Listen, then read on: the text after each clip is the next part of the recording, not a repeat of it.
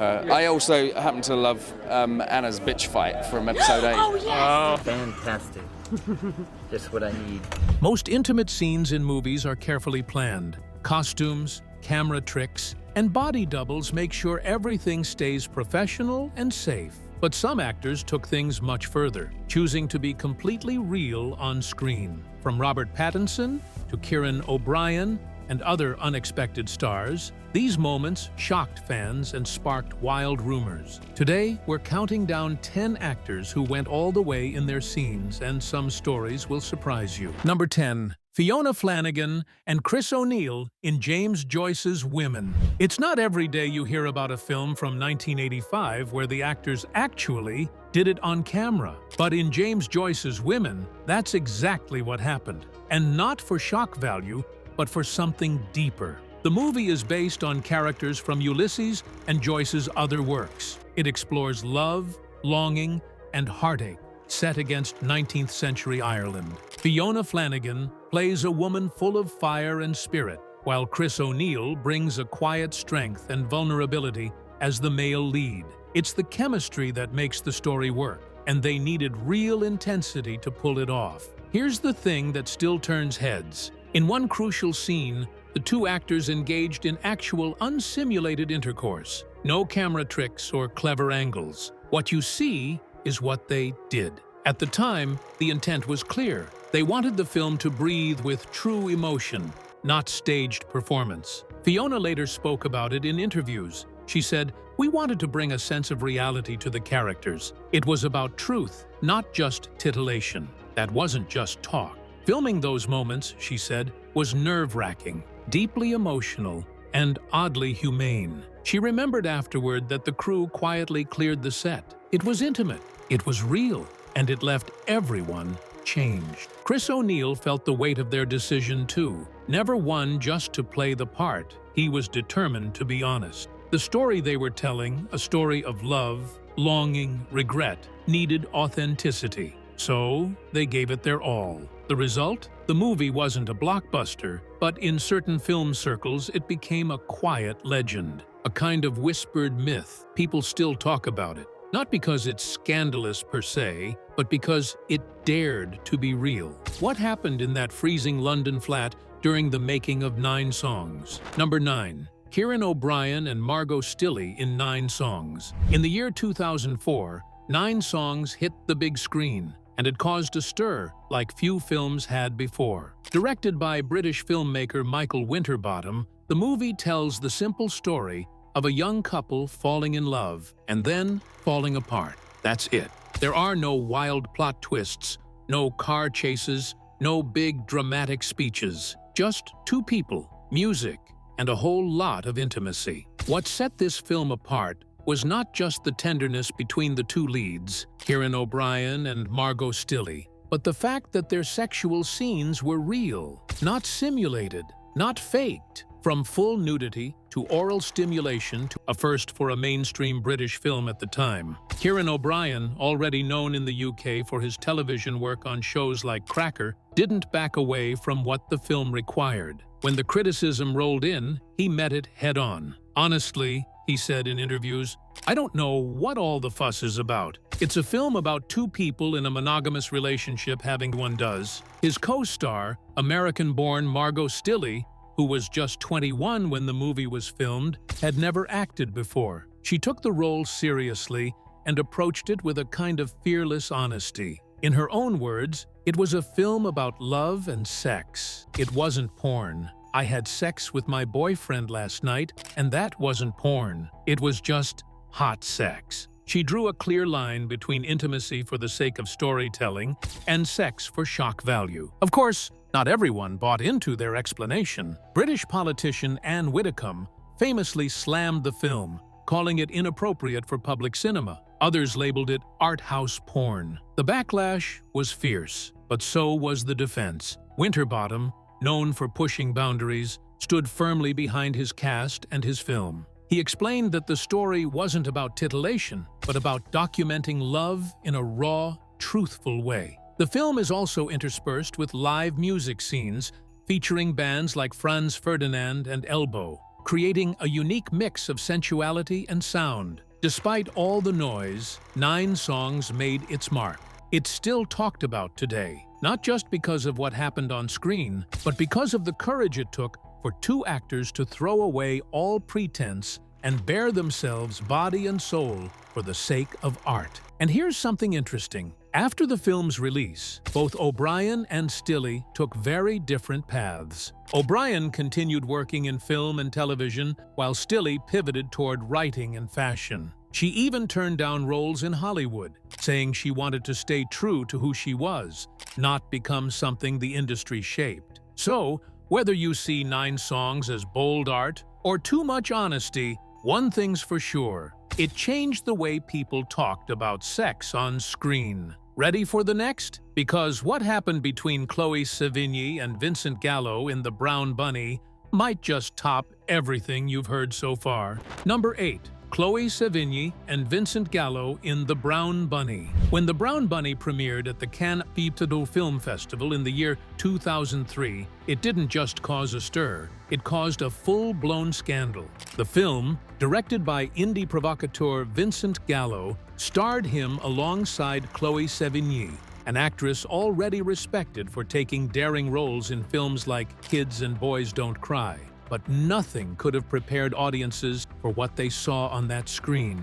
Toward the end of this slow, moody road movie, where Gallo's character rides cross-country mourning the memory of a lost love, Chloe Sevigny appears. And in a scene that has gone down in cinematic infamy, she performs a real, unsimulated oral act on Gallo. And it wasn't tucked behind shadows or softened with clever editing. It was raw, graphic, and completely out of step with what audiences had come to expect, even from independent cinema. The scene shocked critics, alienated fans, and triggered a storm of controversy that still follows the film more than 2 decades later. But here's where things get complicated. Sevigny, who was dating Gallo at the time, defended her choice. She called it a creative collaboration and said she trusted Gallo's vision as a filmmaker. To her, it was a moment that made sense in the context of the film's emotional core. But even she admitted she didn't fully anticipate the explosion that followed. The Brown Bunny was initially booed at Cannes, loudly. Roger Ebert famously called it the worst film ever shown at the festival. Gallo fired back with insults of his own, and the feud played out in the press for months. Then, plot twist, the film was re-edited before its US release, trimming nearly 30 minutes. Ebert watched the new cut and changed his tune, calling it a brave and soulful film. It was a rare moment in cinema history where a director's cut truly turned the tide. As for Chloe, the scandal could have wrecked her career, but it didn't. She bounced back stronger, starring in critically acclaimed projects like HBO's Big Love and earning even more respect for her fearless acting. She later admitted she cried after the Cannes backlash, but still stood by her decision. And Vincent Gallo? He remained as divisive as ever. Some called him a visionary, others labeled him a narcissist. He even auctioned off his sperm on his website. Yes, seriously, and claimed his DNA was the best in the world. Love him or hate him, Gallo did what few filmmakers dared. He made a movie that refused to play by the rules. Number 7. Christophe Paou and the shocking French film Stranger by the Lake. A sun-soaked lake, a quiet summer, and a string of mysterious disappearances. Sounds like the setup to a slow-burning thriller until it turns into something far more disturbing. Released in the year 2013, Stranger by the Lake is a French art house film that walks a razor-thin line between eroticism and existential horror. The story unfolds almost entirely at a secluded cruising spot for gay men in the south of France, where long, lazy days give way to nights of secretive encounters in the woods. But then, one night, someone drowns. Or was he murdered? Christophe Paou, handsome, brooding, magnetic. His character, Michel, is everything the protagonist Franck is drawn to: confident, mysterious, and dangerous. But Michel also harbors a secret. Franck sees him one evening, half hidden in the trees, dragging a body into the lake. Instead of running, Frank stays obsessed, consumed. What makes Stranger by the Lake so deeply unsettling isn't just the murder, it's how calm everyone seems in its aftermath. The police question the regulars. A body turns up, but the cruising continues. So do the hookups. It's as if desire has swallowed fear whole. And here's the part that pushed the envelope beyond most cinema norms. Many of the sexual scenes were unsimulated, real acts captured in broad daylight. Christophe Pau and his co-stars didn't use body doubles or camera tricks. Director Alain Guiraudie insisted on authenticity, not just for shock value, but to make viewers feel like voyeurs, uncomfortable, complicit, curious. Critics raved. The film won Best Director at Cannes' Uncertain Regard section and became a sleeper success in the art house world. Pau later spoke about the emotional toll. Shooting those scenes in such an emotionally detached environment, mixed with the character's cold, calculating personality, left him shaken. It was a role that required both raw physical vulnerability and psychological depth, and it shows in every frame. And as for the ending, let's just say it doesn't offer resolution. The final shot lingers in the dark, with Frank alone, calling Michelle's name into the night. No answers, no justice, only desire, echoing into emptiness. But if you thought Stranger by the Lake was intense, wait until we head east to a film that blended real-life marriage with unflinching intimacy and tore a celebrity couple apart in the process. Now, let's talk about what went down behind the scenes of True Blood. Number 6. Anna Paquin and Stephen Moyer in True Blood. Now here's a plot twist you didn't see coming.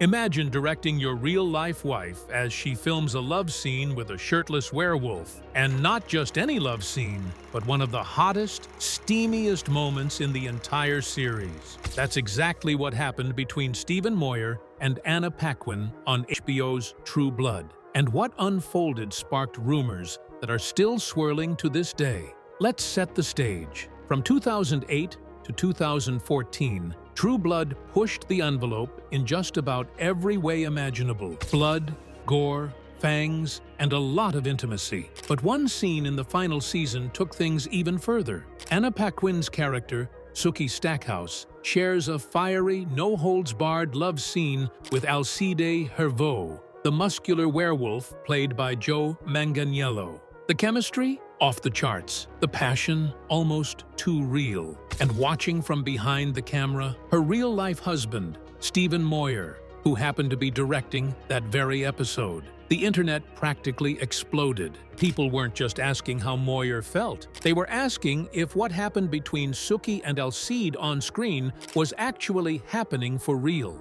Fans began speculating that Paquin and Manganiello might have crossed a line, that what they filmed wasn't acting at all. The scene felt too natural, too unfiltered, too intimate. Paquin didn't exactly help extinguish the flames of rumor. She joked in interviews that the bar for awkward is set terribly high in our household, adding that she and Moyer had learned to laugh off just about anything. But when asked directly if anything real had happened during filming, she never gave a clear yes or no. Moyer, for his part, took it all in stride. He even said he encouraged Paquin and Manganiello to go for it, pushing for authenticity. The beautiful man behind the camera is, and I'm not even slightly kidding, my favorite person to work with, Paquin once said, referring to her husband. Moyer, ever the gentleman, had a dry wit about the whole thing. "Aye, honey," he'd joke, "who are you making love to on camera today?"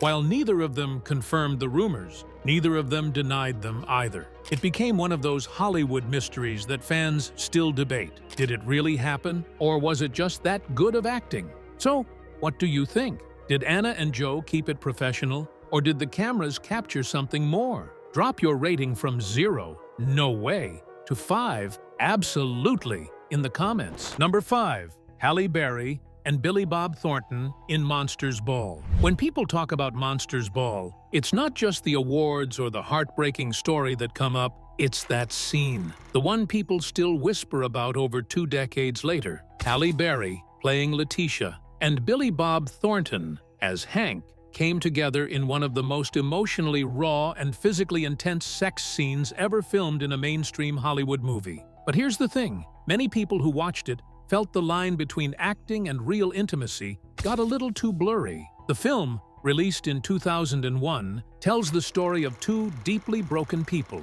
Letitia, a widow grieving the death of her son, and Hank, a corrections officer carrying his own emotional baggage. Their love isn't sweet or gentle, it's desperate, painful, and full of complicated grief. And in that one-bedroom scene, there's no music, no filters, no glamour. It's messy, emotional, and shockingly real. And that's where the rumors started. In interviews, neither Barry nor Thornton ever directly confirmed whether the scene involved real sex, but they didn't deny it either. And that's part of why people still wonder. Barry once told the New York Times that she agreed to do the scene only if Billy Bob was just as naked as she was. And he agreed. Thornton later said in an interview on Sway's Universe that they basically threw the script out during that scene. "We kind of just winged it," he admitted. He also said he was nervous at first, but once the cameras started rolling, they just let go and fell into the moment.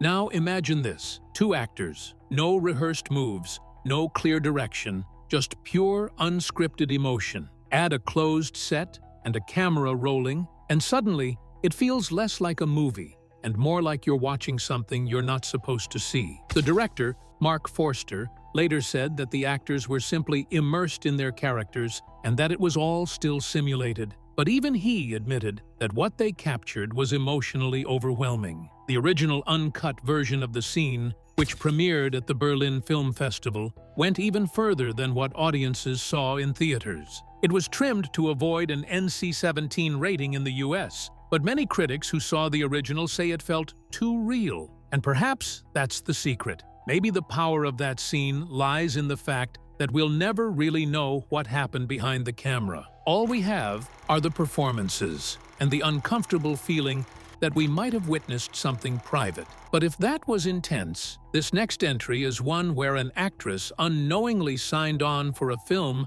that would make her the face of one of the most controversial X-rated movies of all time. Number 3. Shia LaBeouf and Stacey Martin in Nymphomaniac.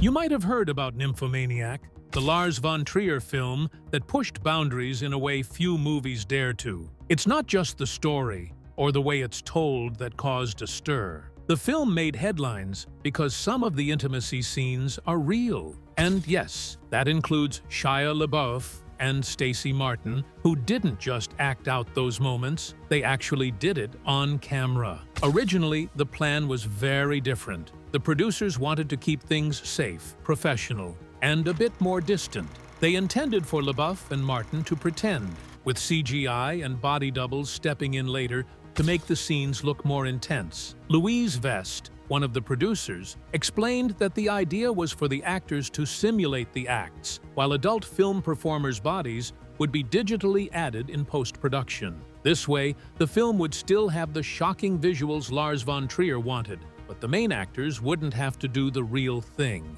But both Shia and Stacey decided to do things their way. They wanted to keep it honest, authentic, and raw. LaBeouf, especially, was all in. He even sent Lars von Trier a personal sex tape just to show his commitment and land the role. He once said, "The movie is what you think it is. It is Lars von Trier making a movie about what he's making." That's classic von Trier, blurring the lines between what's real and what's just acting. Stacey Martin has been quieter about the experience. When she does talk about those scenes, she points out how much work went into filming them. It wasn't just passion and spontaneity. There were prosthetics, lots of planning, and technical difficulties to get the shots right. She admitted it was a bit boring at times because they had to take it slow and carefully choreograph every moment. Even if it looks completely natural on screen, every inch of those scenes was carefully crafted with their comfort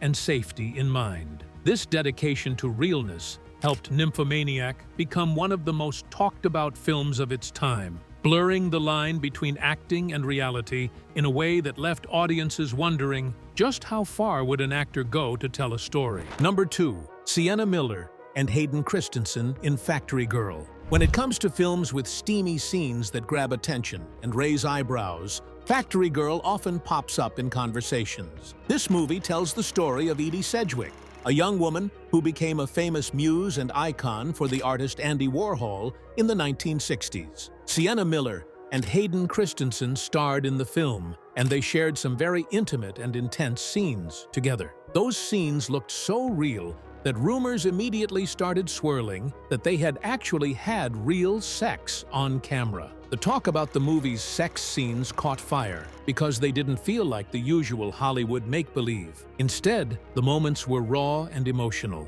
pulling the audience in deeply. Sienna Miller, who portrayed Edie Sedgwick, once talked openly about how demanding those scenes were on her. She described how exhausting it was to film such personal, vulnerable moments. You feel, well, you're just so tired after, when especially the more emotional scenes are really draining, she said in an interview. You can imagine how tough it must be, giving that much of yourself on camera. That kind of exhaustion actually added a real weight and honesty to their performances, which helped those scenes come alive with an almost painful kind of truth. Even with all that, Miller was quick to put an end to the gossip that she and Christensen had crossed the line into actually doing the deed on set. She firmly stated, "We didn't actually have sex. It was just acting." She wanted people to understand that the convincing nature of those scenes wasn't because of anything physical happening behind the scenes, but because both she